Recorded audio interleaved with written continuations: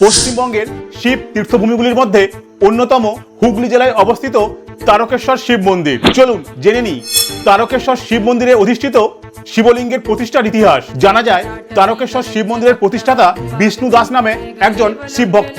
লোককথা অনুসারে বিষ্ণু দাসের ভাই একদিন দেখেন পাশের জঙ্গলে একটি কালো পাথরের ওপর দুধ দান করছে একটি গরু। বাড়ি ফিরে সেই কথা তিনি দাদা বিষ্ণু দাসকে জানান।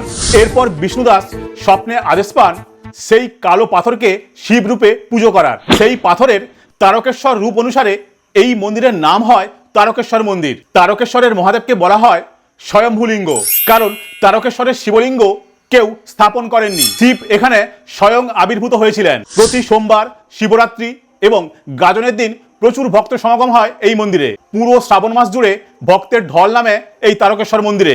আপনি বাবা তারকেশ্বরের ভক্ত হলে কমেন্টে জয় বাবা তারকেশ্বরের জয় লিখে যাবেন।